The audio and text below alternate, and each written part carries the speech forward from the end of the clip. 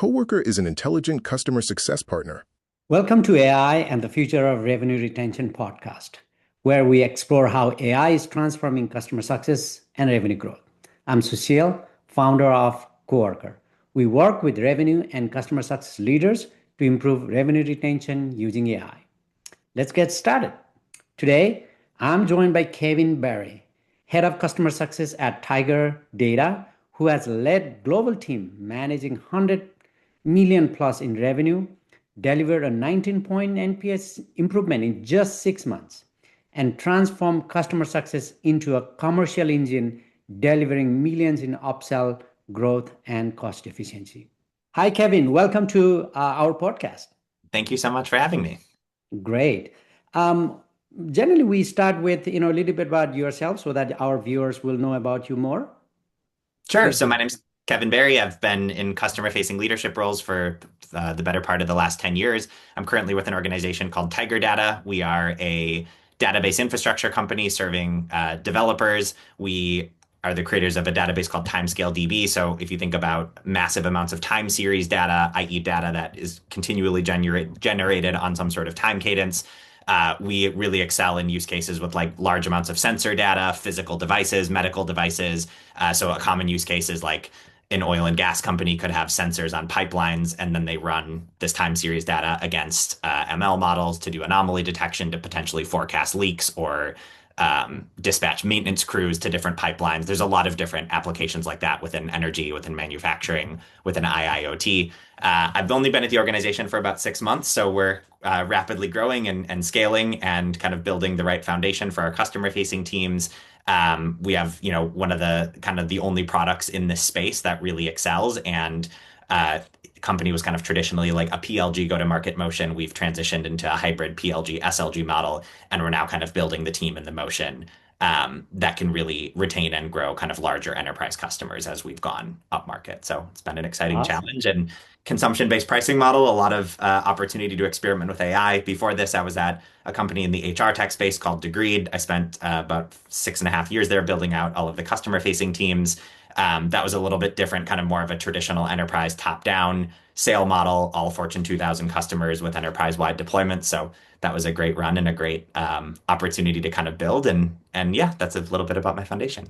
Awesome, great. And one of my friend, he's a mechanical engineer, works for our company, and he used to talk about this time series. I'm sure he's using your software. Oh, it's very possible, yeah. Yeah.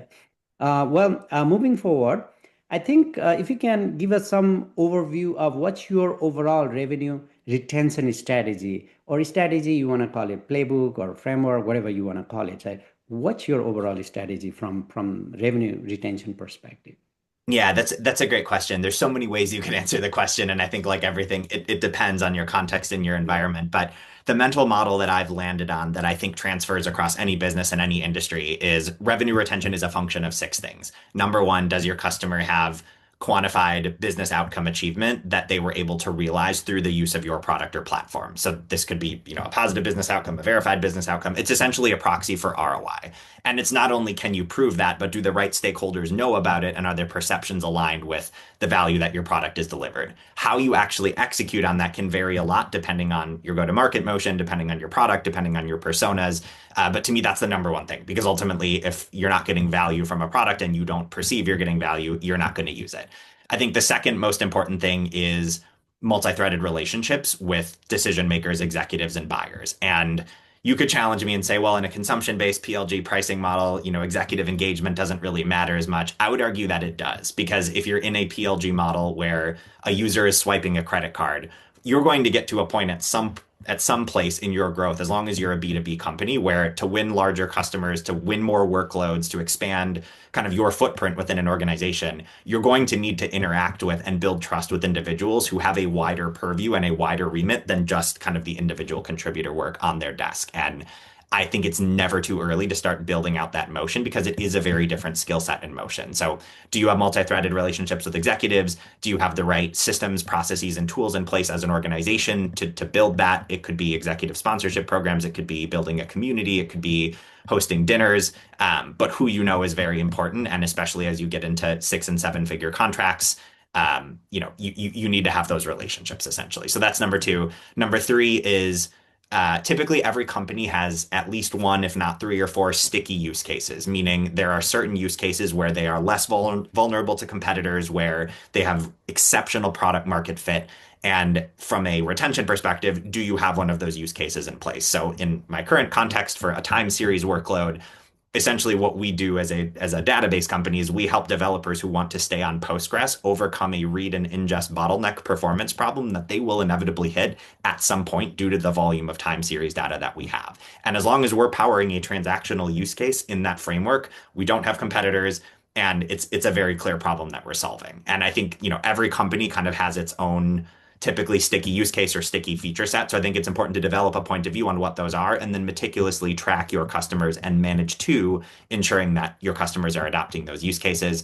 Number four is deployment health. So is your solution configured and deployed correctly for the customer's use case? Were they onboarded correctly? Were they implemented correctly? Are the right integrations in place? Were the right configurations and settings in place?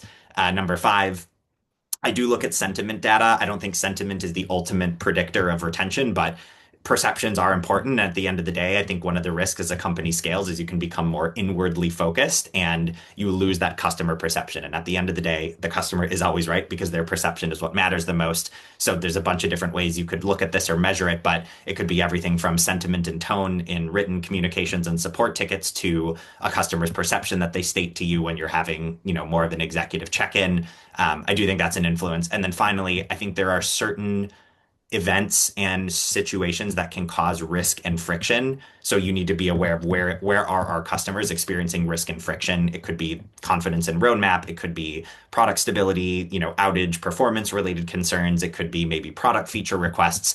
Those are very tactical examples. And again, I think this depends on every business, but for your business, you need to determine kind of what are the biggest points of friction or risk that customers experience that could potentially influence retention and make sure you're tracking and managing to those. So business outcome achievement, sticky use case workloads or sticky use cases, deployment health, sentiment, multi-threaded relationships with executives, and friction and risk detection. Friction and risk detection. If you have those six things in place and you can measure them, not only are those the building blocks that ultimately set you up for retention, but if at any point from a health score perspective, any of those six categories is deficient, you have a very actionable way to approach prioritizing and improving customer health so that when the renewal comes or when it comes time for the customer to make a purchase decision, you're in the best possible position. Awesome. I love how clearly you articulate all those points, and I love the multi-threaded kind of emotion and the sticky features, right? I think that's a very important. And the last one that you mentioned about the friction and the risk, I generally kind of call it like a first negative moment, right? Because the first negative moment is very crucial, as you kind of said as well. So that's primarily once the first negative moment happens, then things start going south, right? If we do not kind of help on the first negative moment or solve for that. So I think that's great. So moving forward, I think you kind of talked a little bit about it already, but at Tiger Data today, how do you know some customer they are churning or there are missed opportunities for upsell or cross-sell? It's a great question. I'm learning that in a consumption-based pricing model where the majority of our customers are not on contracts, or even if they are, their spend is essentially aligned with how much storage and compute they're consuming.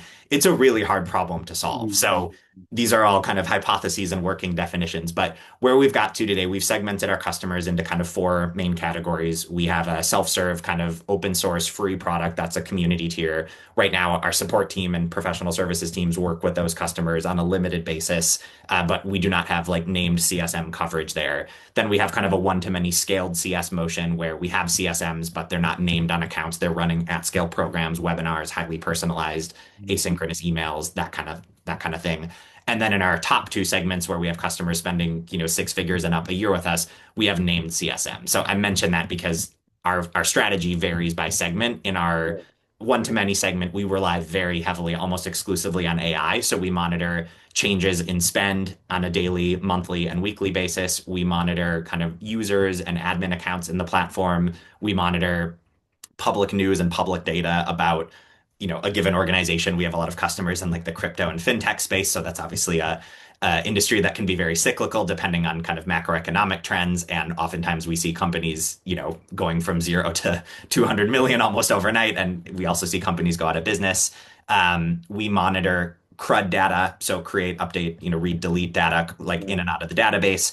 And then we also monitor kind of adoption of the features that we have that we know ultimately drive the most value from a platform. What are the features that reduce cost? What are the features that ultimately always improve performance?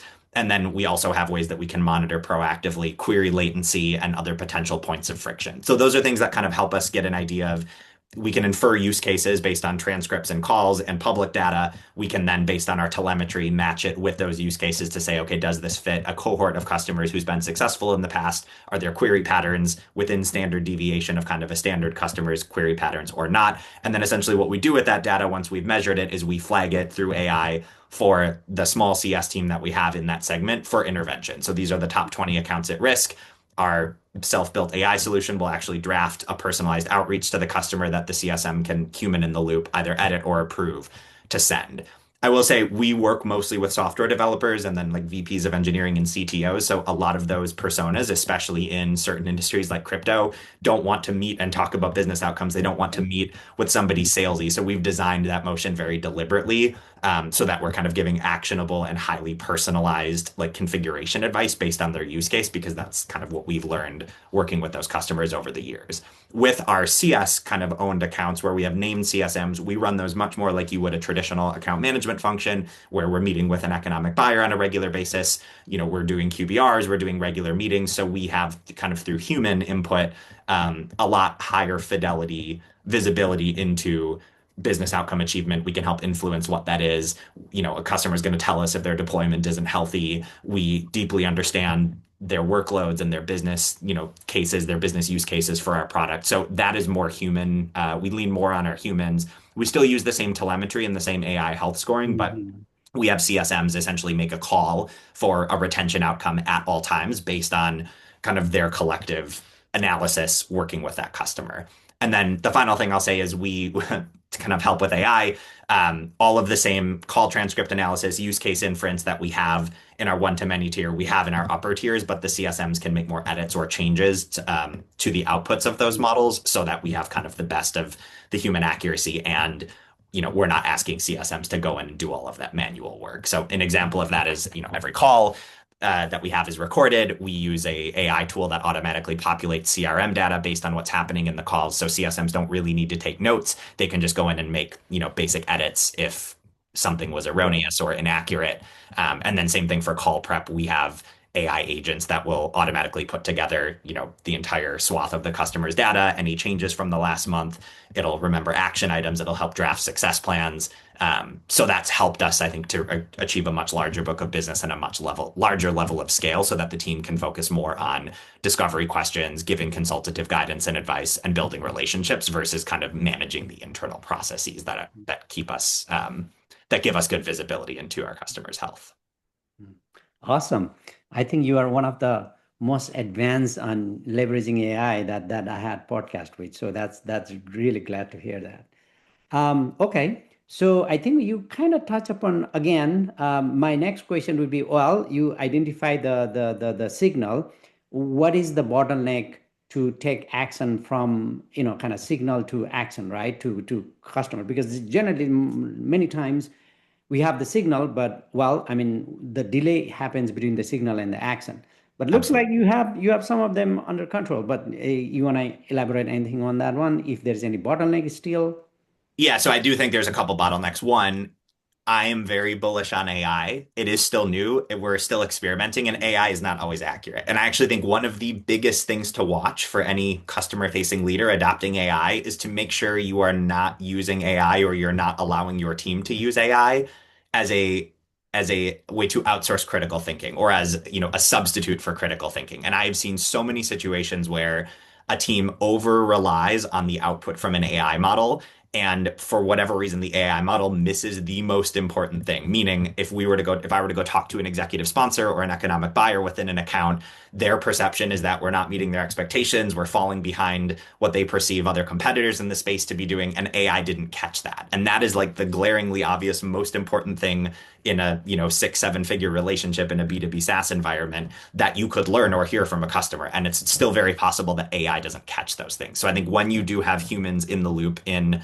a relationship management and account management and customer success, it's so important to be really rigorous and very specific and deliberate about how are you using AI to kind of automate admin work and to, extend your reach and your ability to analyze data without using it as a crutch to outsource critical thinking. Because I believe AI will make humans better, it will make us more effective, it will make us more powerful, but ultimately software is still a relationship driven model. And until an agent is the primary interface that's making the purchasing decision, that's actually doing the purchase, that's configuring the software for you, I think the human relationship element still remains very important. So that's kind of one observation where AI does get things wrong and we've over relied on it.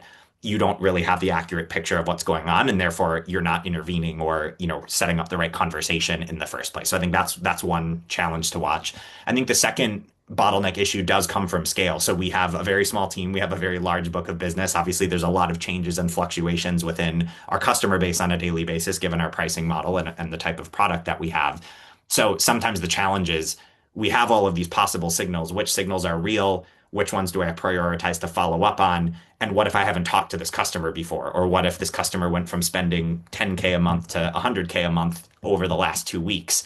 I need to build relationships with that customer probably before I'm going to be able to get better insight into exactly what they're doing and how we can help them. So I view in this current environment, my team is constantly running experiments depending on the customer situation to see how can we add value in a personalized way when maybe we don't have a relationship in place or where we're still trying to build that relationship. And that's where I think AI can be really helpful at synthesizing together different product telemetry signals, giving us a history, and then enriching that maybe with known public context about, hey, this company's growing really fast, they're launching in a new market. Sure. Could these things possibly be related? So that enables you to form a more personalized point of view that you can bring to that customer and hopefully close the loop. But sometimes the challenge is, how do we know which customers or signals to prioritize? And then, when we have those situations, I look at, okay, what's the revenue of the customer? Does the customer have known risk? Do we have potential expansion opportunities based on how many workloads we have relative to the size of the company? That can help, but I think, team size and just finite amounts of time are still a bottleneck. And then I think some of it too is a third challenge is every human is unique and every human has unique skills. Every human brings something unique to the table. And what I see as an expansion opportunity, someone else may not see it that way because they may be more technically inclined and not as commercially inclined. So I think both the challenge and the opportunity for our team is how do we take the diverse skill sets that we have on our team and drive at least some consistency around follow up and which accounts we're prioritizing and what's signal versus what's noise, because each individual may look at that very differently in their book of business. And I don't think it's on me to say any one person is right or wrong. I think, like I said, it's a continual iterative experiment to learn as we go. So those are the three biggest bottlenecks for us, and that's kind of how we're thinking about learning more as we go. Good. Yeah, I think those are very real, and I think since you are forefront of leveraging AI, you already kind of hit that bottleneck, but others are still exploring. So that's a very good message to other leaders who are actually trying to leverage AI from that perspective. So thank you for that. That's really great. Well, I mean, towards the end, of course, we already talk about AI a lot, but is there anything, I mean, obviously you are on the not exploring, you are experimenting. Not only that, you are actually in the production, right? From AI perspective in a way, like you are really leveraging AI. That's really great to hear that. Anything you want to add from AI perspective for customer success for our viewers? Yeah, I think what I would say is like the last 90 days and to some extent the last 6 months have been, in my observation and experience, just a quantum leap in going from AI primarily as an interface to ask questions and get feedback from, i.e., more of a chat model, and into an autonomous agentic model where agents are taking action on your behalf. And there's been so much rhetoric in the space about this over the last, 3, 4 years. But the last 90 to 120 days feels like we're finally at the place where not only is that possible, it's possible for smaller teams, it's possible for resource constrained teams. So, I mean, for example, 6 months ago, we had built prototypes with Gemini to help populate Google Slides before QBRs, but it still required essentially a customer or a CSM to go into like an HTML or a JSON configuration and know which variables to submit, and it wasn't perfectly clean. And now today, between Claude Cowork and Claude Code, like we can generate QBR decks, click button, and that's something that we built internally. Like we didn't have to go buy a tool, we didn't have any dedicated engineers to it. So I think just the firepower behind not just vibe coding, but the tools available and what they can really produce for you are amazing. At creating content, creating artifacts, and that sometimes is one of the hardest things that consumes the most time in a CS role. So I think that's one thing. The other thing I'll say is, a couple months ago, even a year ago, I would have probably been advocating to spend upwards of, 500,000, $1 million on various pieces of software that in the last couple months we've built ourselves. And, we're a different type of company. We don't have some of the same contractual and security concerns that you may if you were selling, 7-figure deals to financial institutions. But part of the opportunity I see where I am is we are able to be more on the frontier. So internally, we vibe coded our own BI tool. We vibe coded a customer success tool. And it's not to say that, you could build all of that to be better, but if your system of record or your CRM, Salesforce, HubSpot, whatever you're using is good enough to have the raw data, you no longer have this user experience challenge and this kind of data synthesis challenge across applications. It's really easy either to vibe code your own application or through tools like Claude Cowork to agentically kind of put together different actions that can be taken on your behalf. So we've built tools for the team. I and my team are also heavily using Claude Cowork essentially I say like this is a team of interns that you have now. If you don't want to go create the deck or go pull the data from the BI tool, you can ask Claude Cowork to do that on your behalf on a regular basis. And for some of our CSMs who have larger books of business or in our long tail especially, that's been, I would say, mission critical for us to understand who should we be talking to today, what should we be talking to them about, and it's a way for us to just stay on top of massive amounts of very rapidly changing data. And in the past, I think the only way to do that, even as recently as a year ago, would have been go spend hundreds of thousands of dollars on tools, spend months in implementation cycles, configure them accordingly. So not every organization may have the same predisposition towards build that we do here right now in this moment, but I would just encourage anyone who's not constantly testing and playing around with some of these tools to keep doing it because things are moving so fast and what's become possible in the last, even 90 days is not only incredible, it's just so different than it was before. So it makes me very excited about kind of the future and how much more we can build and how much more impactful we can be as a function, especially on revenue outcomes. But it's also blistering to keep up with. Yeah. No, I think that's really great point. I think the last 90 days especially has been a really transformative actually, and it's making things real now, right? From agentic AI perspective, it's real. Before it was more kind of yeah, we can do this more at a prototype and all those things. So that's great point. And I was talking to another gentleman a few days back, and he was like, well, before what imagine was just stay at the imagination, but now what we can imagine, we can actually execute, right? Exactly. So that's really powerful. Thank you so much for your really insightful discussion. I think our viewers will really love it, and I think they will really understand you as a practitioner who actually implemented it, right? So I think there's a lot to learn from your experience. Thank you so much again for your time. Really appreciate it. It was really nice knowing you and chatting with you. Thank you so much, Ishil. I appreciate the time, and it was great chatting with you as well. Thank you. Feel free to contact us if you want to learn more about how AI can help customer success.